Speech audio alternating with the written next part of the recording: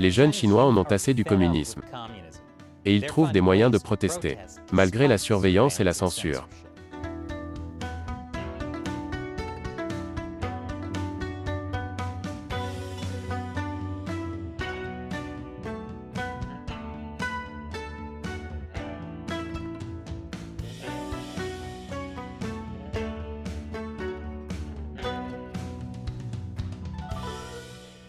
Bienvenue à Chine non censurée, je suis Chris Chappell. Avant de commencer, la semaine dernière, j'ai publié un épisode sur la façon dont YouTube utilisait la restriction de l'âge pour censurer Chine non censurée, et l'entraîner dans une spirale fatale en termes d'audience. Mais le soutien que j'ai reçu de votre part a été impressionnant. Vous avez été si nombreux à nous envoyer des messages de soutien, à nous adresser de super remerciements, ou à vous inscrire à l'armée de 50 centimes de Chine non censurée sur Patreon. Nous avons reçu tellement de messages qu'il m'était impossible de répondre à tout le monde, mais je veux juste que vous sachiez à quel point cela compte pour Matt, Shelley, et moi. Bien que Big Tech n'ait pas eu l'air de nous soutenir. Quand j'ai posté cet épisode sur Facebook, ils l'ont retiré et m'ont accusé de prostitution. Ok. Techniquement, ils m'ont accusé de sollicitation sexuelle d'adultes. Je veux dire, je demande aux gens de contribuer, mais je n'appellerai pas ça de la prostitution. Et le seul coin de rue que je couvre pour travailler est la place Tiananmen. Bien que les gens qui s'y trouvent ne passent pas toujours le bon moment qu'ils attendaient. Quoi qu'il en soit, nous voyons se développer une menace majeure pour le Parti communiste chinois. Depuis le massacre de la place Tiananmen, le Parti communiste chinois a lancé une campagne d'éducation patriotique pour endoctriner la jeunesse chinoise, afin qu'elle ne se rebelle plus jamais. Et dans l'ensemble, cela a fonctionné. La génération Z chinoise est connue pour suivre la ligne du gouvernement, à la fois parce qu'elle a grandi pendant la période la plus prospère de la Chine, et parce que le parti sait très bien utiliser Internet et les médias sociaux pour l'endoctrinement.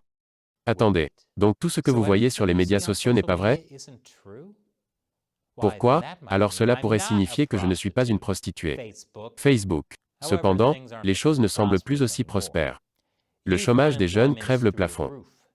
La plupart des gens ne peuvent pas se payer leur propre appartement. Et des millions d'hommes ne peuvent même pas trouver une épouse. Ce qui fait la plus longue saison de la bachelorette de tous les temps. La compétition pour les emplois qui existent est si dure qu'elle a conduit à une culture de travail brutale appelée 9-9-6, où les gens travaillent de 9h à 21h, 6 jours par semaine. Si cela ne vous convient pas, il y a littéralement des millions de personnes prêtes à prendre votre place. C'est un monde où les plus gros mangent les plus petits, et cela conduit déjà à des dissensions. Il y a le mouvement du « rester couché ». Les jeunes abandonnent la lutte intense de la société chinoise et se contentent de « s'allonger ». C'est un peu comme la planche, mais au lieu d'être un défi amusant sur les médias sociaux, c'est une soumission face à une peur existentielle. Cela a évolué vers le mouvement « laisser pourrir », ce qui signifie « laisser les choses qui sont déjà irréparables se détériorer ». Et maintenant, il y a la philosophie courir, qui consiste essentiellement à fuir la Chine. J'ai couvert ces mouvements en détail dans un épisode récent intitulé « Le communisme a fait échouer la jeunesse chinoise ». Ok, en fait Shelley l'a couvert. Je vais mettre un lien dans la description ci-dessous. Mais maintenant, un nouveau mouvement de protestation prend forme. Et il affole le Parti communiste. Je vous en dirai plus après la pause. Bienvenue à nouveau. Un nouveau mouvement de protestation a émergé parmi la jeunesse chinoise. Et contrairement au mouvement précédent, il ne s'agit pas de se mettre passivement à l'écart du système. Il vise le Parti communiste chinois lui-même. C'est vrai. Le PCC a fait une erreur si colossale qu'il a inspiré la génération Z à se lever et à faire quelque chose. Ce qui est étonnant, puisque la génération Z ne fait que s'allonger.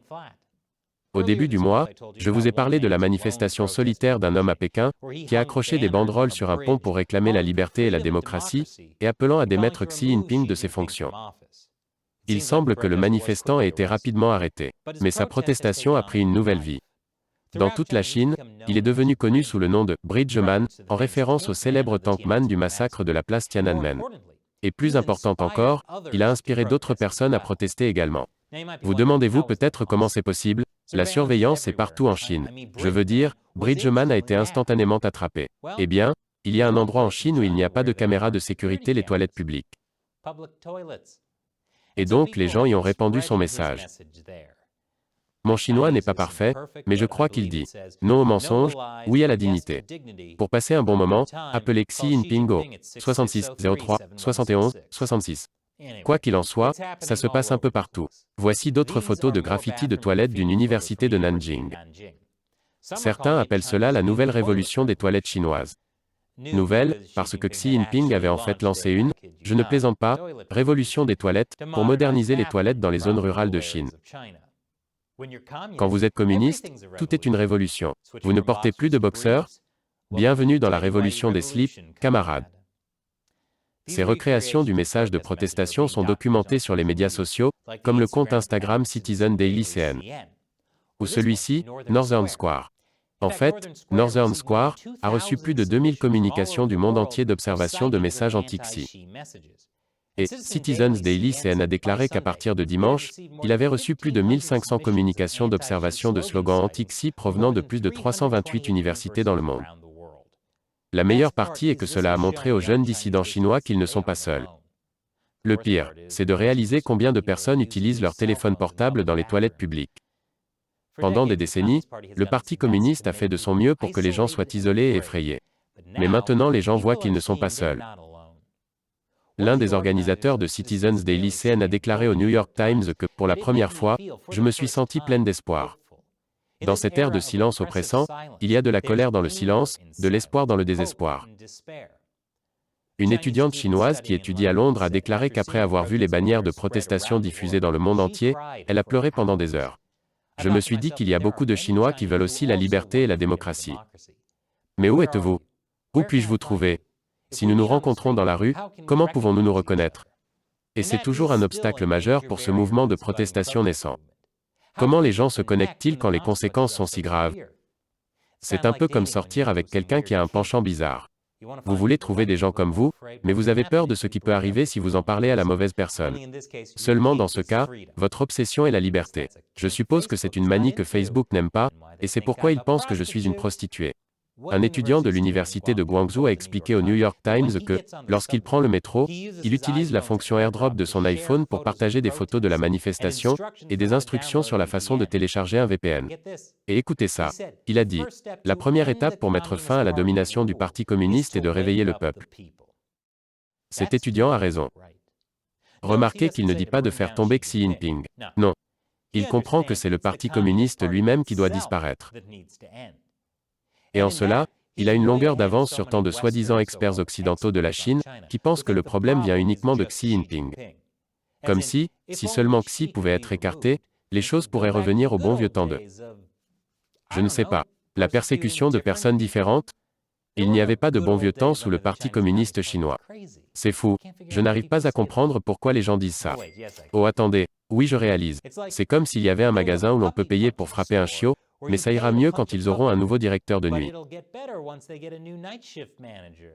Ce n'est pas vraiment le problème ici.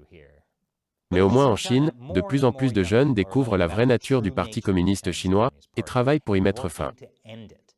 Et le message que j'ai pour eux, s'ils regardent, c'est que vous n'êtes pas seuls. Et Chine non censurée ne serait pas possible sans le soutien de téléspectateurs comme vous, que ce soit en likant et en vous abonnant, en partageant l'émission avec vos amis et votre famille, en achetant un super t-shirt dans notre boutique de produits dérivés à chinauncensored.tv.merchandise, ou en nous soutenant directement sur le site de financement participatif Patreon. Ce sont ces fans que j'appelle l'armée de 50 centimes de Chine non censurée, qui nous rejoignent dans la lutte contre le Parti communiste chinois. Pour les remercier, je réponds à leurs questions. La question d'aujourd'hui vient de Vorbis Exquisitor. Salut Chris, après 10 ans, tu es le maître de la démonisation de YouTube. Alors pourquoi ne pas monter les vidéos contenant des informations sensibles en 2 vidéos distinctes? Une plus courte pour les restrictions d'âge, et une autre sans les informations sensibles. C'est vraiment une excellente question. Le problème est que les directives communautaires de YouTube sont si vagues et appliquées de manière si arbitraire que nous n'avons vraiment aucune idée de ce qui sera signalé. Comme cet épisode sur les micro-puces. Si vous voulez mon avis, il n'y avait rien qui puisse être considéré comme sensible. Mais il y a eu une restriction d'âge. Je sais que lorsque nous avons couvert des mouvements de protestation en Chine, nous avons souvent été démonétisés ou soumis à des restrictions d'âge. Mais on ne sait toujours pas quelle partie de la vidéo YouTube va considérer comme sensible. Sans compter que cela représenterait 2 fois plus de travail pour Sheamus, notre éditeur vidéo qui travaille dur. Mais ce qui est formidable, c'est que grâce à votre soutien et à celui des autres fans de l'armée de 50 centimes de Chine non censurée, je n'ai pas à me soucier de cela. La majeure partie de notre budget provient du soutien des téléspectateurs, notamment sur Patreon. Tant que vous continuerez à nous soutenir, nous continuerons à faire l'émission, indépendamment de ce que YouTube considère comme inapproprié, ce qui, je parie, est une chose qui nuit à ses intérêts commerciaux en Chine. Ce qui veut dire en gros toute cette émission. S'ils nous restreignent en fonction de l'âge, c'est un peu plus délicat, car cela signifie que moins de gens auront la chance de voir l'émission. Et oui, nous sommes sur Odyssey et Rumble. Mais ces plateformes n'ont pas encore la portée de YouTube. Et la chose la plus importante pour nous est d'atteindre plus de gens. C'est pourquoi je demande à tous ceux qui nous regardent, et pas seulement à ceux qui soutiennent Patreon, de partager ces vidéos avec leurs amis et leurs familles. Faites passer le mot. Parce que, comme je l'ai dit dans cet épisode, rien n'affole plus le PCC que les personnes qui lui tiennent tête, et qui réalisent qu'elles ne sont pas seules. Merci encore pour votre question et votre soutien. Et merci d'avoir regardé. Je le pense vraiment. Encore une fois, je suis Chris Chappell, à la prochaine fois.